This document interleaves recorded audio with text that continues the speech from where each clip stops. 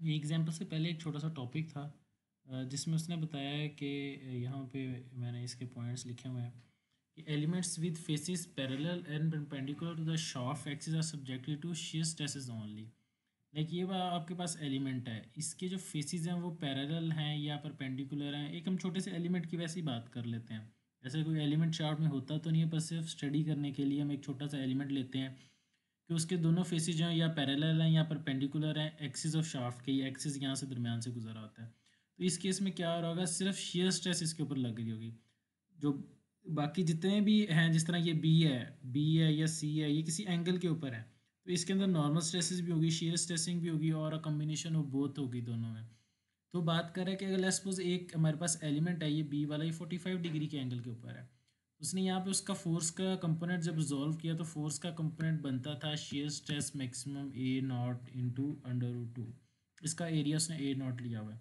उसने यहाँ पे उसको नॉर्मल स्ट्रेस का फार्मूला लिखा है फोर्स ओवर एरिया, फोर्स की वैल्यू पुट की तो देखें ये जो नॉर्मल स्ट्रेस आपके पास आई ये एग्जैक्टली शेयर के बराबर आई।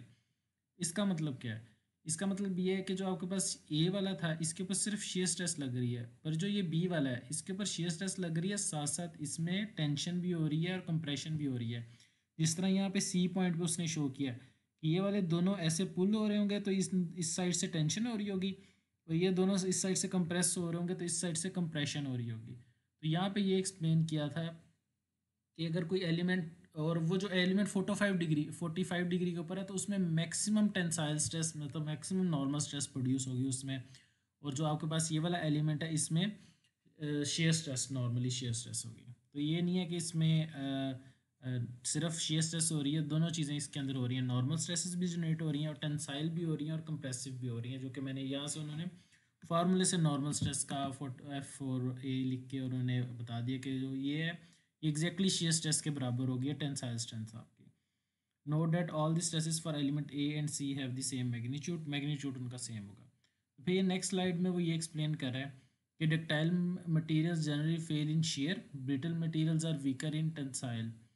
अच्छा, जो डक्टाइल मटेरियल होते हैं वो बेसिकली शेयर के अंदर वियर होते हैं। मैंने जो आपको वीडियो दिखाई है, वीडियो एक शेयर की हुई है आपके पास, ये टॉर्जन वाली, ये मटेरियल बेसिकली डक्टाइल है। डक्टाइल मटेरियल क्या होता है कि उसकी शेप चेंज हो जाती है, सॉफ्ट मटेरियल होता है। देखें ये डक्टाइल है कि वो उसको रोटेट करते हैं, वो साथ साथ रोटेट होता जा रहा है। एक वायर है आपके पास कॉपर की है सपोज, तो वो डक्टाइल मटेरियल है आपके पास।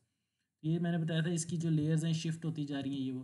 तो देखिएगा ये कैसे ब्रेक करेगा, ये बिल्कुल एक स्ट्रेट लाइन में है। करना तो चाहिए इसको, ये 45 जिसके ऊपर ये स्लिप हो रही है उसके ऊपर ब्रेक करना चाहिए, पर ऐसे ब्रेक नहीं करेगा, ये बिल्कुल एक स्ट्रेट लाइन में ब्रेक करेगा यहाँ से ऐसे करके। यहाँ से देखें, यहाँ से ये देखें एग्जैक्टली एक स्ट्रेट लाइन में उसने ब्रेक किया, ये देखें बिल्कुल फ्लैट है नीचे से। बेसिकली यही यहाँ पे बात बता रहा है, ये देखें ये फ्लैट बिल्कुल ब्रेक हुआ है। क्यों? क्योंकि डक्टाइल मटेरियल जो होते हैं वो शेयर में ब्रेक होते हैं, शेयर स्ट्रेस की वजह से ब्रेक हुआ है। और शेयर स्ट्रेस उसने बताया था जो कंपोनेंट्स इस तरह और ये इस तरह वाले हैं, पैरेलल या परपेंडिकुलर हैं, सिर्फ उसमें मैक्सिमम शेयर होगी, तो मैक्सिमम शेयर में ब्रेक हुआ है। और जो आपके पास ब्रिटल मटेरियल होता है, ब्रिटल मटेरियल जिस तरह आपके पास मिरर है, मैंने आपको बताया, आप उसको एक्सटेंड करने लगते हैं फ़ौरन से ब्रेक कर जाता है। तो ब्रिटल मटेरियल की बिल्कुल ऐसी वीडियो नहीं बनेगी, जैसे आप उसको रोटेट करेंगे वो टूट जाएगा। तो ब्रिटल मटेरियल का क्या मतलब होता है कि ब्रिटल मटेरियल जो है वो टेंशन में ब्रेक करता है। तो देखें ये ब्रिटल मटेरियल जो है ये किस एंगल पे ब्रेक किया है, ये 45 डिग्री इसके ऊपर।